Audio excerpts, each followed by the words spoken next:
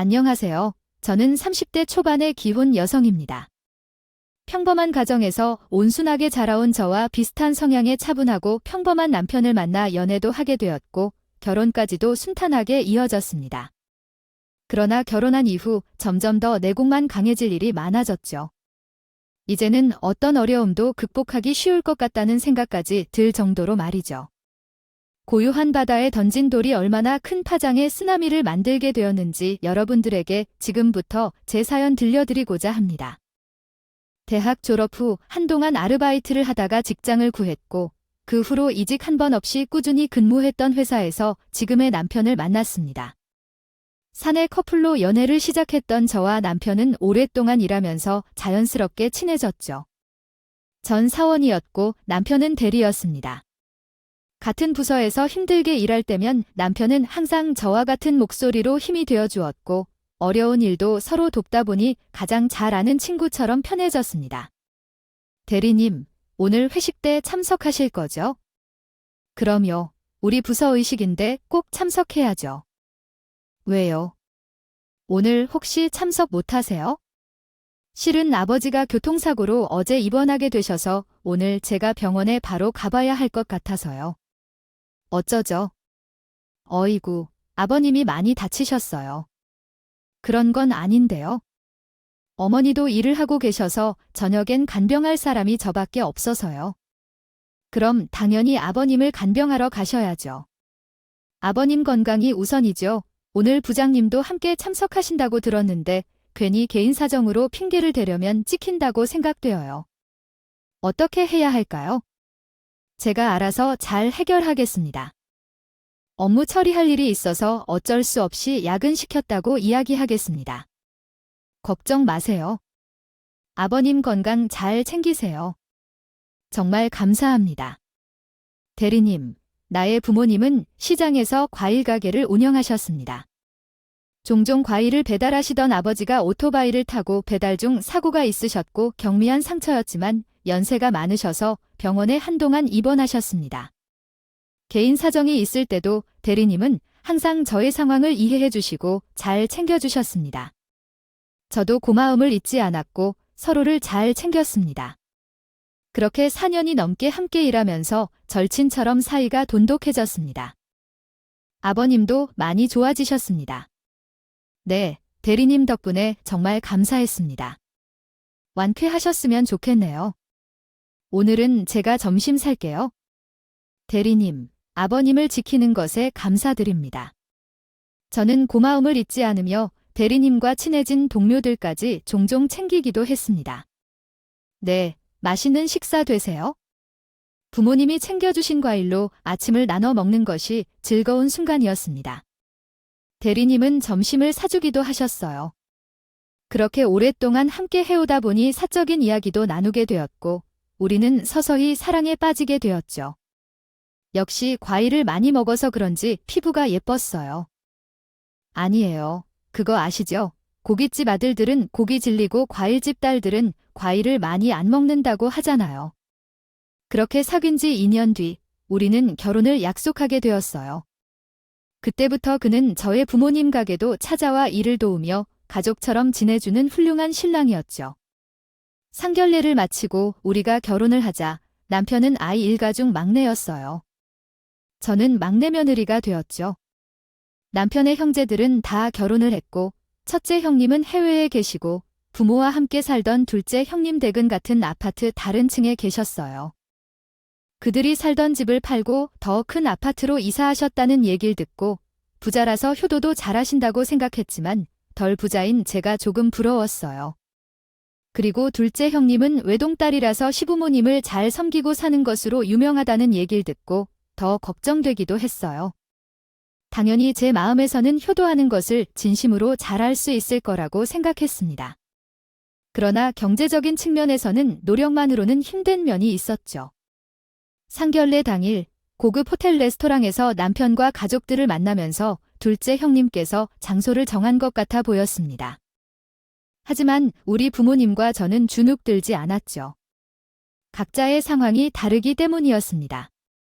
상견례 자리에는 시어머니, 둘째 형제, 남편, 저의 부모님이 함께 모여 음식을 먹으며 결혼식 준비에 대해 이야기를 나누었습니다.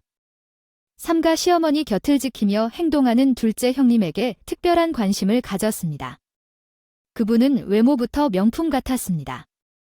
화려한 외모, 애교 가득한 목소리, 그리고 훌륭한 체형까지 그의 매력은 눈에 띄었습니다.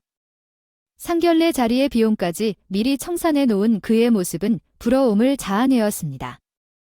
둘째 형님과 더 가까워지고 싶은 욕망이 제 마음을 가득 채웠습니다. 상견례를 마치고 나와서 어르신들끼리 인사를 나누고 있는 사이 떨렸지만 전 조용히 형님에게 다가갔습니다. 오늘 정말 너무나도 감사합니다. 형님 앞으로도 잘 부탁드릴게요.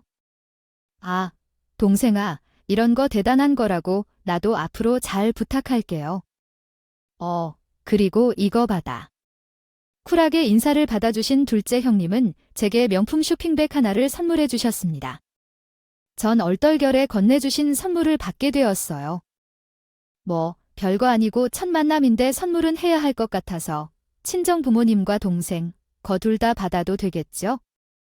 감사합니다. 근데 전 아무것도 준비 못했는데 다음에 꼭 마음 전하겠습니다. 우와, 형수. 이건 뭐야? 엄청 비싼 거 아니에요? 아, 우리 부부는 오늘 아무것도 준비 못했는데. 아마 도련님, 우리는 도련님 결혼이 제게는 선물이죠. 괜찮아요. 내 성이니까 받아줘요. 그 순간 저는 아차 싶었습니다. 비싼 명품까지 선물을 챙겨주실 거라고 생각 못했습니다. 게다가 상견례 비용도 모두 내주시기까지 해서 마음이 좀 무거웠죠. 여보, 둘째 형님이 주신 선물 너무 비싼 거라 답례하고 싶은데 어떤 걸 해야 할지 모르겠네. 어쩌죠? 그러게, 자기랑 어머님 거는 명품 가방이고.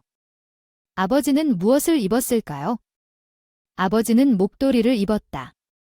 그것도 100만 원을 넘는 목도리네요. 저와 엄마는 더 비싼 가방을 가지고 있어요. 정말 감사합니다만 선물들에 대해 부담스럽다.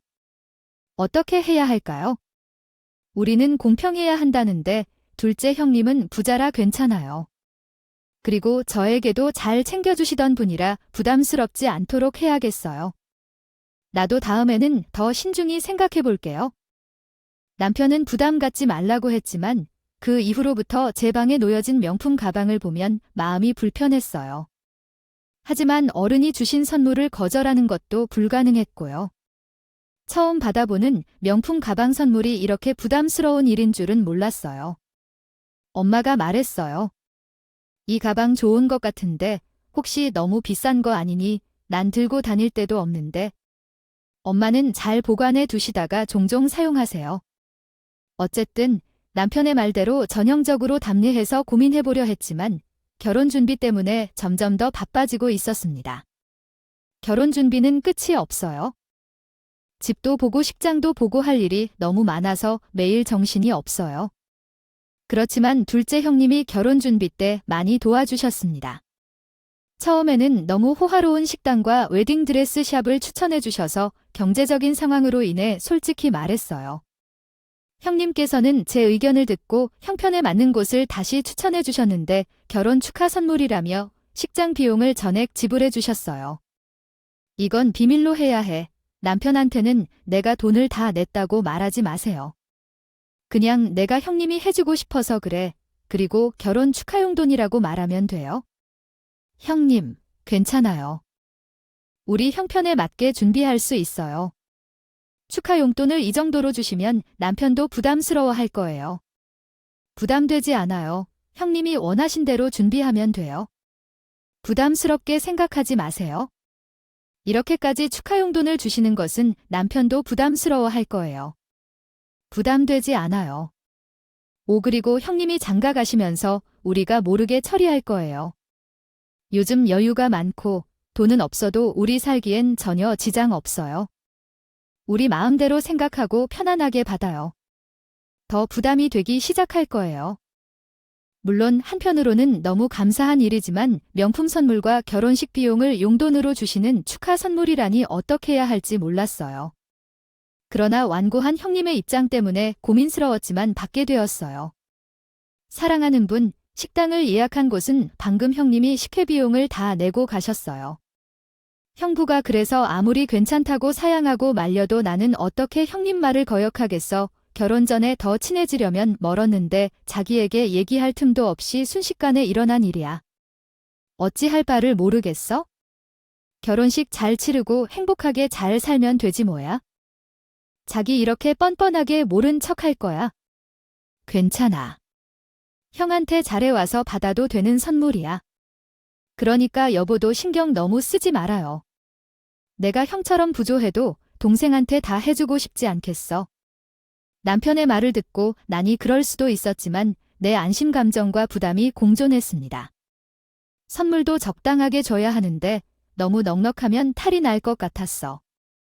그러나 탈 없이 결혼식도 잘 치르고 우리 부부는 시어머니와 시아버지와 같이 살거나 어머니와 아버지와 함께 사시는 아파트 단지는 아니었지만 멀지 않은 곳에 전세로 신혼집을 마련하게 됐어.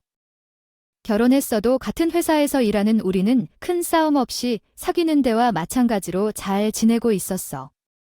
주변에서 신기할 정도로 우리 케미가 아주 잘 맞았어.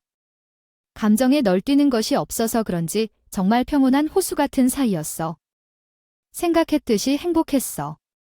남편과 나는 매일의 아침 식사를 함께 챙긴 후 함께 출근하여 각자의 업무에 충실했습니다. 우리는 서로를 도와주며 함께 싸우는 팀이었어요. 주말에는 가끔 캠핑을 다녀오기도 했고 때로는 각자의 여가를 존중해주기도 했습니다. 여보야, 이번 주는 내가 너와 시간을 보내기가 어려울 것 같아. 왜? 약속이 있어? 금요일에 제주도로 출장을 가서 월요일까지 업무를 처리해와야 해. 아, 맞다. 과장님이 승진하셨지? 어쩔 수 없지? 내가 따라갈까? 아니야. 나도 주말에 집안일을 좀 하고 친정에서 도와드리기로 했어. 조심히 다녀와. 이 결혼 후 남편은 짧은 시간 내에 승진을 하게 되었고 나 또한 대리가 되었습니다. 더불어 같은 업무를 하며 서로를 더욱 잘 이해하게 되었죠.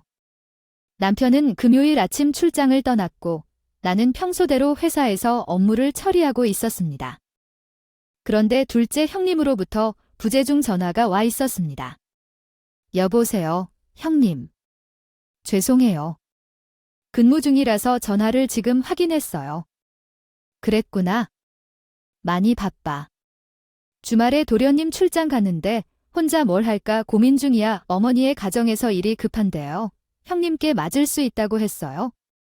아, 어머니, 무슨 일로 오셨어요? 하고 말했는데 형님이 동선을 따라 퇴근 후 무조건 어머니 댁에 들러야 한다고 하니까. 오늘은 친정엄마께서 과일 가게를 도우러 와야 하는 일정을 밀러야 했어요. 결혼하고 나니 남편 쪽에 잘 맞춰야 한다는 것을 처음 느꼈죠. 퇴근 후 바로 형님의 말대로 시부모님 댁에 찾아갔어요. 그런데 시부모님께서는 안 계셨어요. 거실과 부엌에는 배추와 양념 재료가 많이 쌓여 있었어요. 그때서야 무슨 상황인지 알게 되었어요. 김장김치를 담아야 하는 상황이었거든요. 처음에 형님과 함께 김치를 담는 생각이 재미있었어요. 형님이 먼저 오셨네요. 어머님과 아버님은 외출하셨어요. 어제 지인들과 여행을 떠나서 내일 올 거예요. 동서는 시부모님과 시간을 더 가져야 할 것 같아요. 자주 전화를 안 하나 봐요. 미안해해요. 요즘 일이 정신없어서 전화하지 못한 것 같아요. 남편이 출장 준비도 있었고 그래서 자주 통화할게요. 그렇구나. 그런 건 알아서 하면 되지. 아무튼 왔으니 배추를 씻어서 잘게 써야 해요. 큰 대야를 가져와요. 여기서 배추들을 씻고 이동시켜 주세요. 내 형님의 집에서 엄마를 도와 김장을 하던 중 갑자기 형님의 지시에 따라 움직이기 시작했습니다. 오랫동안 배추를 절이는데 전념하며 정신이 없었습니다. 많은 배추를 씻어 옮기는 동안 자정이 넘었고 허리가 절로 피곤해졌습니다. 그러나 형님은 어디에도 없었습니다. 전화했지만 받지 않았고 나중에 문자를 받았습니다. 급한 일이 있어서 못 온다고 했습니다. 형님이 오기 전에 배추를 다 절여 놓으라는 지시였습니다.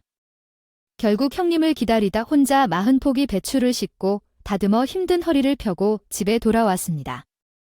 피곤한 나머지 잠이 들려고 할 때 둘째 형님의 전화가 왔습니다. 미안해. 오늘 중요한 일이 생겨서 못 왔어. 내일 보자. 형님이 날 도와주지 못해서 미안하다는 친절한 말을 해줘서 마음이 조금 풀렸습니다. 다음 날 아침 일찍 일어나서 피곤함을 이기고 어머니 댁으로 형님을 만나러 가려고 했지만 형님은 아직 도착하지 않았고 곧 도착한다는 메시지와 함께 신모지편간 비밀번호만 문자로 남겨주시고 노고를 다했지만 결국 일요일에 가보려고 미룬 것이다. 남편이 들어오자마자 옷을 벗어두면서 소파에 올렸으며 아내는 전혀 어울리지 않는 크림톤의 원피스를 입고 있었다. 때문에 양념 정리도 나 혼자 처리해야 했다. 김장을 하고 있던 중 형제가 갑자기 시모의 일상복으로 갈아입고 나오면서 형편이었고 시부모님이 돌아오셨다. 설거지를 조금 한 둘째 형제는 시작했고 시부모님은 우리를 보고 기뻐하셨다. 아마도 하늘이 예뻐서 기뻐하셨던 것이다. 옷도 깔끔하게 챙겨 입고 오셨다. 뒤늦은 만큼 어머님은 아침부터 일찍 일을 시작해서 열심히 도와줘서 즐거운 여행을 할 수 있었다고 말씀해 주셨다. 둘째가 예약한 식당에서 맛있다고 난리가 난다며 물어보셨다. 그제는 신나게 이야기했어요. 큰형님네도 오랜만에 와주셔서 기쁘고 부끄러워했어요. 둘째 형님은 여전히 귀티나고 행동도 순하고 신사적이었어요. 그러나 어쩌다 보니 큰형님은 솔직하게 얘기했지만 둘째 형님의 얘기를 하게 됐어요. 둘째 형님의 이중인격을 걱정했지만 큰형님도 그 이야기를 이해해 주셨어요. 모두가 웃으면서 가족 모임을 마무리했어요. 저는 그날의 일들을 되짚으면서 느끼는 감정이 많았어요. 생활 속에서의 갈등과 사랑, 성찰과 성장, 그리고 가족의 소중함을 다시 한번 느낀 순간이었어요. 가족과 함께 시간을 보내는 것은 정말 소중하고 행복한 일이라는 것을 다시 한번 깨달았어요. 마음이 따뜻해지는 순간들을 함께 공유하며 행복한 시간을 보낼 수 있었던 것에 감사했어요. 함께 웃고 함께 울며 서로를 이해하고 서로를 아끼는 소중한 순간들을 지낼 수 있기를 바라며 또한 둘째 형님에게도 조금 더 따뜻한 마음으로 다가갈 수 있는 기회가 온다면 좋겠다는 생각이 들었어요. 부디 더 많은 사랑과 이해로 둘째 형님과 함께 더 행복한 가정을 이룰 수 있기를 진심으로 바랍니다. 함께하는 모든 순간이 소중하고 행복한 일들로 가득하길 바라며 너무나도 소중한 가족과 함께하는 시간을 더 소중히 여기며 내일도 즐겁고 행복한 하루가 되기를 바랍니다.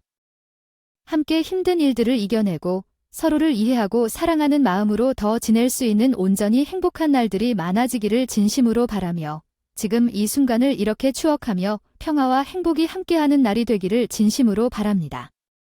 함께하는 모든 이들에게 빛나는 행복 가운이 함께하기를 바라며 소중한 가족들과 함께 행복한 시간을 보낼 수 있기를 진심으로 기대합니다. 영원히 아름다운 순간들을 함께 만들어가며 늘 행복과 사랑이 함께하기를 바라며 지금 이 순간을 함께 미래의 추억으로 간직할 수 있기를 진심으로 기대합니다. 함께 행복한 시간을 만들어가며 더 나은 내일을 함께하길 진심으로 바라며 지금 이 순간이 영원히 기억될 수 있도록 함께 기억하고 싶습니다. 함께 힘든 시간을 이겨낼 수 있도록 서로에게 더 큰 힘이 되어주며 영원한 사랑과 행복이 함께하기를 소망하며 함께 행복한 순간들을 만들어갈 수 있기를 진심으로 바랍니다. 함께한 모든 순간이 행복하고 소중한 일들로 가득했기를 소망하며 두 번 다시 돌아올 수 없는 시간을 소중히 여기며 영원히 가슴에 간직하고 싶은 순간들로 절대 변하지 않는 가족과 사랑으로 가득한 행복이 함께하기를 바랍니다. 함께 이룬 행복한 일들을 영영 잊지 않는 소망으로 함께했던 그 모든 순간이 영원히 기억될 수 있기를 진심으로 희망합니다. 이야기가 미묘해지기 시작해서 정리하려고 더 많은 시간을 쓰고 싶지만 여기서 마무리하겠습니다. 감사합니다. 전날부터 모든 것을 부르고 다시 만든 음식처럼 생색을 내려고 시도하기 시작한 사람이었습니다. 그리고 몰래 배달 주문도 했어요.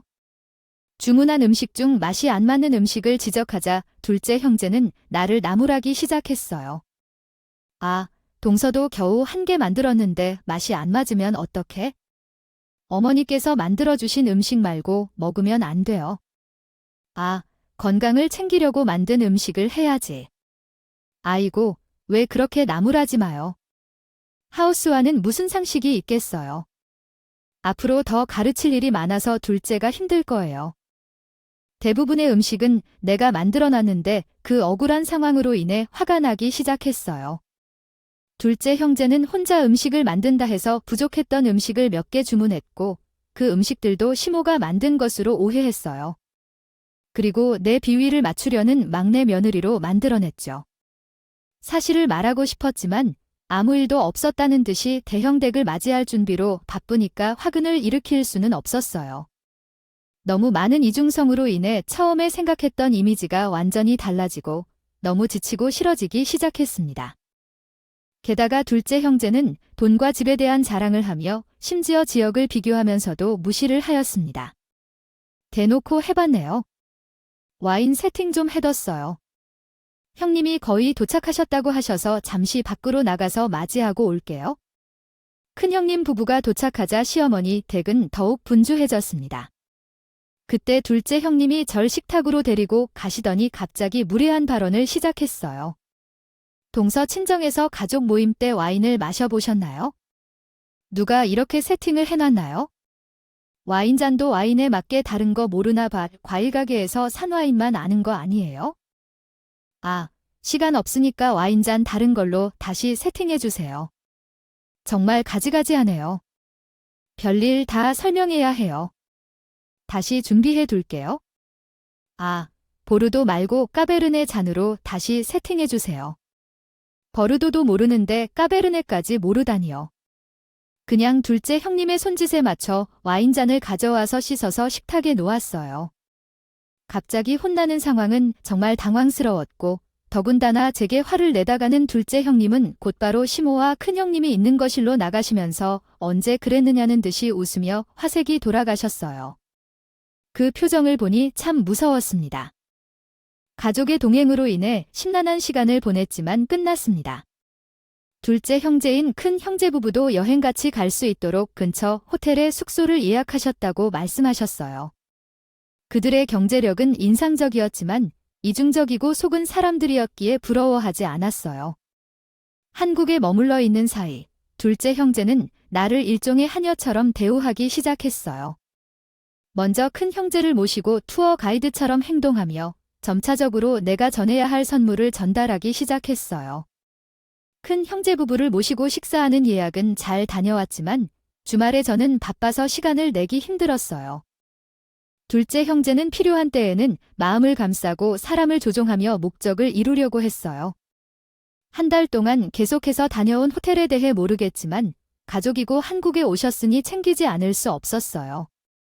돈으로 모든 것을 해결할 수 있는 둘째 형제와 마찬가지로 결국 변경이 멈추고 일상에 돌아왔습니다. 물질적인 것들을 챙기지 못해서 그런 역할도 맡아야겠다고 생각했어요. 그날도 명품 쇼핑백을 들고 둘째 형님 댁을 떠났어요. 형님, 이만 가볼게요. 내일 아침에 큰형님께 선물만 전해주면 되는 거죠. 그리고 오전에 호텔 조식도 꼭 드시라고 해서 체크아웃할 때까지 조식 포함으로 예약해둔 거잖아요. 네, 전해드릴게요. 큰형님께 한국에 계신 동안 제가 처음으로 남편에게 거짓말을 했어요. 심부름 때문에 출근을 조금 이른 시간에 서둘러야 했어요. 그래도 자주 보지 못하는 큰형님께 만나서 좋았어요. 시간이 가는 줄 모르고 대화를 나누던 중 시댁에 갈 이유라는 핑계를 좀 대었죠. 시댁 식구들과 함께 여러 차례 가족 식사를 하기도 했고 둘째 형님은 여전히 여우짓을 하고 있었어요. 저도 적응이 됐는지 점점 그녀의 이중적인 모습을 받아들일 수 있었어요. 하지만 두 집안을 비교하고 싶은 마음을 참을 수 없었어요. 동사 과일 가게에서 달마다 수입이 얼마나 되시나요? 정확히는 모르겠네요. 왜냐면 신기해서요. 과일 가게에 새로운 식구가 살던데 형편이 넉넉하진 않았지만 부족하지 않게 잘 살았어요. 요즘 과일의 가격이 너무 비쌌어요. 그래도 고가의 과일을 보면 귀엽다고 생각했어요. 동서 형님이 부족함 없이 살았다며 상견례 때 주신 선물에 대해 귀엽다고 해서 상처받았어요. 동서는 결혼한 지 오래되었는데 이제야 내가 사는 수준을 이해했나 봐요. 한참 전 상견례 때 받은 선물을 홍삼과 과일 바구니로 답례했어요. 그게 고가의 선물이었지만 최선을 다했어요. 돈 알다가 생각 없이 성의 없이 대접하는 걸 정말 혐오해요. 동서 형님이 이해하지 않았지만 그제야 내 형님이 해주신 대접을 이해했어요. 돈으로 모르려고 하는 형님 때문에 화가 났지만 그제야 더 오기가 발동했고 기죽지 않았어요. 결국에는 둘째 형님이 미안하다며 주말에 우리 집으로 오는 귀한 물건을 받아달라고 하셨어요. 나는 주말에 받아주겠다고 했지만 시간은 불확실해요. 가능하면 오후 늦게 도착할 것 같아요. 내가 처음 주문할 때 동서의 전화번호를 적어놨어. 아침에 도착했을 때 전화를 걸 거야? 아직 허락도 받지 않은 채 나도 모르는 사람에게 내 전화번호를 넘겼다는 소문을 듣고 분노가 치밀었어. 주말에 약속도 있고 미리 물어보지도 않고 내 전화번호를 알아서 전달하고 왜 그러세요? 동서의 시댁 어머님이 건강을 돌보라며 무언가를 샀다는데 어렵게 구한 것인데 왜 며느리의 번호를 남기나요? 처음에는 집에 보내서 자신이 샀다고 하게 할까 고민했는데 그런 상태에서 실수가 생겨버렸어. 큰 실수는 아니지만 자기 자신의 처지에선 구매할 수 없는 걸 내가 대신 해준 것인데. 어쨌든 잘 챙겨줄 생각이라도 하면서 신호를 보내는 건 간담회를 회피하는 핑계일 수도 있지만 더 나은 대화를 바라는 마음이어서 말이 길어서 즉흥으로 집에 돌아왔어. 남편은 내가 둘째 형님과 자주 만나는 일이 있어서 절친으로 착각하고 있었지만 이러한 상황이 계기가 되어 들통나게 될 때까진 참고 있어야겠어. 잘 알지도 못하는 전화번호로 걸려온 전화들을 모두 받아줄 일인 한 주였어. 그러나 금요일 퇴근길, 둘째 형님의 해외 소포가 그날 밤에 도착했다. 도착했다는 전화가 왔습니다. 토요일로 생각했는데 금요일 밤이라고 하니 급하게 형님께 전화를 걸었습니다. 형님은 부재 중이어서 문자를 보냈고 그에 대한 답변은 이미 제주도로 출발한 골프 모임에 참석하고 있다는 내용이었습니다. 그래서 둘째 형님의 집으로 향했습니다. 하지만 예상과는 달리 아주버님도 출장 중이라고 해서 집에 누워있는 비밀번호로 문을 열어 들어갔습니다. 그런데 갑자기 비밀번호를 입력하는 소리가 들려서 놀라기 시작했습니다. 이상한 소리로 환하게 신경이 곤두섰죠. 밖으로 나가보니 아주버님께서 알 수 없는 여자와 술을 마시며 매우 흥분한 상태로 비밀번호를 계속 틀리고 있었습니다. 저는 여기서 뭘 해야 할지 갈피를 못 잡았습니다. 거리낌을 느꼈죠. 그때 핸드폰이 울렸습니다. 배달원이 도착했다는 내용이었습니다.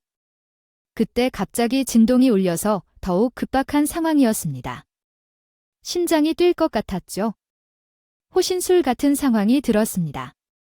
주전주전 옷다시 입고 배달원에게 사인하고 돌아오는 모습, 나는 떠날 생각만 했어요. 아버지는 취해서 여자를 만지다가 자기 방으로 데리고 갔어요. 발소리 없이 나가면서 증거로 버섯을 흩뿌린 옷과 여자의 가방을 찍어두었어요. 그리고 큰 상자를 간식게 현관에 놓고 나왔어요. 아무도 모르는 둘째 형님이 안타까워서 문자를 남겼어요. 소포를 현관에 두고 가겠다고. 월요일 저녁에 둘째 형이 시어머니 집으로 오라고 했어요. 남편과 함께 시어머니 집에서 맛있는 저녁을 먹었어요.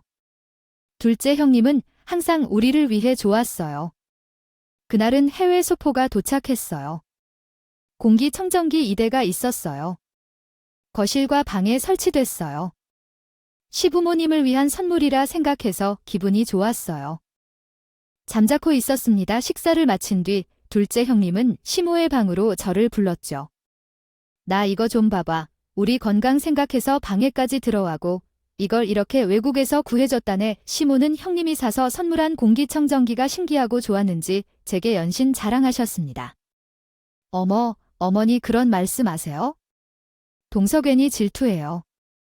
제가 주말에 바빠서 안 그래도 시부모님 건강 생각해서 드릴 선물 등기소포로 온다고 받아달라고 막 부탁했는데 귀찮았는지 심부름 부탁해서 서운해하더라고요. 괜히 동서 앞에서 저 칭찬하시면 저만 동서가 미워해요. 어머니, 그 여우짓이 또 시작되었더군요. 매번 저만 시모 앞에서 철없는 막내 며느리 캐릭터를 만들어주시고 계셨습니다. 뭐야, 막내야. 그런 건 질투하는 거 아니야? 너도 형님한테 고맙다 하고 서로 좋은 마음 가져야지. 으이그, 아직 어려서 그러냐. 그러면 안 된다네. 형님이 얼마나 잘하니 그 덕에 너희도 얼마나 편하고 의지가 돼. 어머니, 좋은 마음 가지고 있어요. 걱정 마세요. 그래, 고맙다네. 동서, 괜히 주말에 심부름 시킨 게 마음에 걸리고 미안했는데 시어머니 앞에서 좋은 말 건네듯이 하더니 시어머니가 나갔다고 한 후에 둘째 형님이 한마디 더 하고 나온다 하면서 멍하니 여기 이만 나돌개지어 가던 길은 무슨 나갈 때까지 못할까. 저도 같이 가겠지라 하겠습니다. 그리고 동선의 충성은 못하겠다고 생각하지요. 돈과 아름다운 것에 도배된다면 시어머니도 백악관에서 사랑을 받을 기회가 있을 것이다. 과일 가게에서 일하는 것도 무슨 말이잖아요. 승아 좀 아깝습니다만 놀라는 걸 순찰했고 순간 심탈다. 만지도 핸드폰 진동이 울렸고 뒤을 형제가 보내진 핸드폰을 확인하러로 갔다. 선배뿐이라고만 써져졌고 전화가 걸려왔고 부재중도 바로 문자가 형님이 폰으로 왔습니다. 우연히 본 문자면 애녕이 아픈인 격에 급히 오래 갖다 주지요. 이상하게 생각했어도 형드네 폰을 받았고 나갈 때 방에 남아갔다가 나겠다고 폰을 들고 형님에게 돌려주었고 남편을 만나러 가서다. 시어머니는 하나씩 점점 더 우리를 아름. 어리지도 어리숙했지만 시댁 식구들과 다오는 편이 가버리고 말이요. 그러나 내가 더 이기적으로 지고 있다면 회적도 올라가고 둘째 해결 이후에 바람은 들기를 포통부터 형님에 기이한 것도. 절근 방송 플랫폼에서 같은 플롯을 발견했습니다. 지겹도록 듣던 바람둥이 남편, 이중생활하는 남편, 동생과의 불륜 등등. 오사도록 들어올릴 줄 알았다. 그런데 상세 내용을 읽어나가면서 뜻밖에도 이야기에 깊은 호기심이 생겼다. 반드시 마지막에 어떤 결말이 나올 것인가? 주인공이 어떤 선택을 할지? 무엇이 진실일지? 이야기 속에 감동적인 순간이 있는지? 주인공이 잘못을 저지르면서도 가족과의 이해관계를 얻고자 노력하는 것을 보면서 공감도 되고 뭉클한 감정도 들었다. 오랫동안 일상적인 이야기가 아닌 사람 사이의 복잡한 감정과 선택을 담아낸 이야기에 그 매력이 있었다. 다음 장면을 보기 위해 속도를 줄이고 싶었습니다. 그렇게 하여 어느 날 병원으로 향하는 동생과 남편이 후벼파들은 자세히 살펴보면서 어느 정도 마음을 비워두고 지나쳤을 때 확실히 다시 돌아올 것이다. 그 다음 중요한 전개를 알아야 했으므로 꼼꼼히 읽기 시작했다.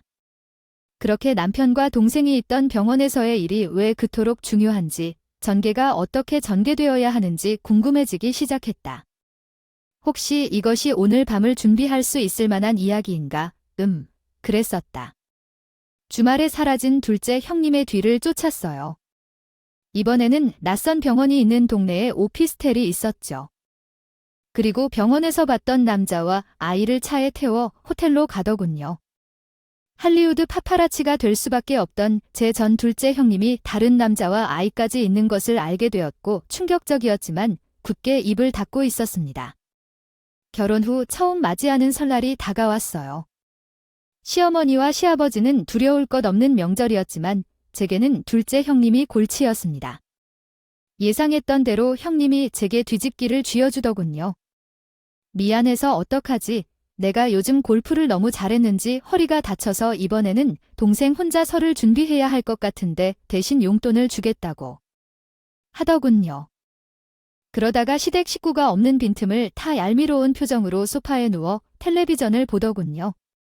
늘 있던 상황이었기에 더 이상 말다툼하고 싶지도 않았어요.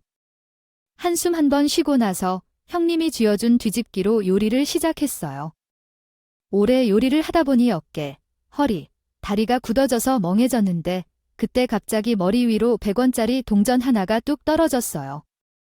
올려다보니 형님이 괴로운 표정을 지으시더군요. 100원 동전으로 장난을 치던 두 형제 중 둘째 형제는 지금 음식을 하면서 위험하다며 독서를 던졌습니다. 그 행동에 화가 난 형제는 300원을 주고 다그쳤고 놀림당하며 무시당했습니다. 연휴에도 같은 취급을 받아 화를 낸 형제는 용기를 내 막지라는 둘째 형제를 가스에 불을 끄고 기름이 묻은 뒤집개를 던져 공격했습니다. 그 결과 형제들은 싸움을 벌였고 형제가 쥐고 있던 100원 동전도 바닥으로 흩어졌습니다. 그 소란의 방 안에서 낮잠을 자던 어머니가 놀라 나왔으며 무슨 일이 일어났냐며 의아해하였습니다. 그러자 어머니는 다시 내게 말했다. 너 정말 자랑스러운 딸이야. 고마워. 그 말을 듣고 눈물이 터져나왔다. 그 순간 나는 행복을 느꼈다. 형님이 그를 지켜준 것처럼 나도 이제 어머니를 지켜야 한다고 다짐했다. 어머니는 나에게 미소 짓더니 먼저 방으로 들어가셨다. 형님은 아직도 얼굴이 붉은 채로 나를 쳐다보았다. 그때 모든 것이 변했다. 나의 용기, 어머니의 사랑, 그리고 형님의 변화. 이제 우리 가족은 더 이상 그림자 속에서 살 필요가 없다. 함께 빛나는 미래를 향해 걸어갈 것이다. 사진을 찍었을 때 시몬은 가장 화가 나서 말했다. 이 세상에 두렵다. 너희들은 왜 이런 신세로 살았는가? 둘째, 나는 이 집을 즉시 나가야 한다. 남편과 따로 산다는 말이 있다. 우리 아들과 혼인신고를 안 한 채 계속해서 산다. 그리고 너도 내 아들이지만 부끄럽다. 즉시 사라져. 명절 가족들은 혼란스러워했다. 상황이 완전히 난리 난 상황에서 심은 결국 눈이 돌아 형을 집에서 내쫓았다. 둘째 형은 능력 있는 아주부와 결혼했지만 결혼 전에 사실혼이었던 가난한 남편과 아이를 그녀의 친정과 시댁에 숨겼다. 능력 있는 아주부를 만나 부를 가졌기 때문에 능력 있는 부모님이 되어 결혼했으나 사실혼의 남자와 아이를 잊지 못하고 두 집 살림을 이었다. 이후 형부와 아주부는 이혼했고 둘째 형도 한동안 반성하느라 만나기 힘들었다. 이러한 상황을 모르는 남편은 그 사이에 둘째 형의 고통을 알아주면서 더욱 애정을 기울였다. 그리고 시부모님에게도 불합리한 매춘을 벗게 됐다. 우리 부부는 아이를 갖고 나서야 시부모님의 사랑을 충분히 받았다. 현실의 시부모님과 형부부 사이의 갈등이 아니라 형제들 사이에 있는 장난으로 싸웠다. 스트레스를 받으면서 살아야 한다는 것을 상상조차 못했어요. 어쨌든 둘째 형님이 괴롭히면서 신혼 초반부터 힘든 시간을 보내야 했던 과거 사건이 해결된 후 돌아보니 꽤 강해질 수 있었던 계기였어요. 나쁜 경험을 지혜롭게 잘 견디면 언젠가 꼭 좋은 날이 온다는 희망을 얻게 됐어요. 더 이상 스트레스를 받지 않고 살 수 있게 되어 매일이 감사했고 아이를 위해 좋은 생각을 많이 하며 친정에서 꾸준히 보내주시는 과일로 입덧도 잠잠해졌어요. 사람은 누구나 이중적인 면이 있을 수 있지만 다른 사람에게 해를 끼치고 악을 행하며 자신의 잘못을 깨닫지 못한다면 가장 큰 문제라고 생각돼요. 무료에만 신경 쓰며 바쁘게 살다 보면 중요한 것을 망각하는 경우가 있다고 생각해요. 결혼 후 형님과의 갈등으로 깨달은 점이 참 많았어요. 앞으로도 어떤 것이 중요한지 깨달으며 변함없도록 항상 되새기려 합니다. 곧 우리 부부의 아이가 태어나면 선한 영향을 미칠 수 있는 부모로서 지혜롭고 강한 엄마가 되기 위해 노력하게 될 것이에요. 이렇게 제 이야기를 나누어 주셔서 감사합니다. 여러분도 좋은 가치관으로 이중적이지 않은 마음을 가지며 행복한 날을 보내길 바랍니다. 감사합니다. 함께 잘할 수 있는 행복한 날 되세요. 음악 이야기. 한때 한나라의 아름다운 음악을 만드는 천재 작곡가가 살았다. 이 작곡가는 신성한 느낌을 주는 고요한 음악부터 화려하고 환상적인 음악까지 다양한 장르의 음악을 작곡했다. 그러나 어느 날 이 작곡가는 음악을 만들지 못하게 되었다. 그 이유는 무엇일까? 이 작곡가에게는 바로 사랑이라는 강력한 에너지가 부족했기 때문이었다. 그래서 이 작곡가는 세상 곳곳을 여행하며 사랑을 찾았다. 그러나 어디서도 찾지 못했다. 그때 작곡가는 하나의 꽃과 만났다. 이 꽃은 아름다움에 사랑에 가득 차 있었다. 작곡가는 그 꽃의 모습과 향기에 감동을 받아 자신의 마음을 달래고자 음악을 만들기 시작했다.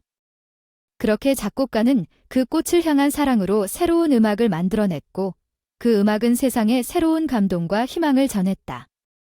이제부터 작곡가는 다시 음악을 만들 수 있었고, 사랑을 노래하는 음악은 사람들에게 큰 사랑을 받았다.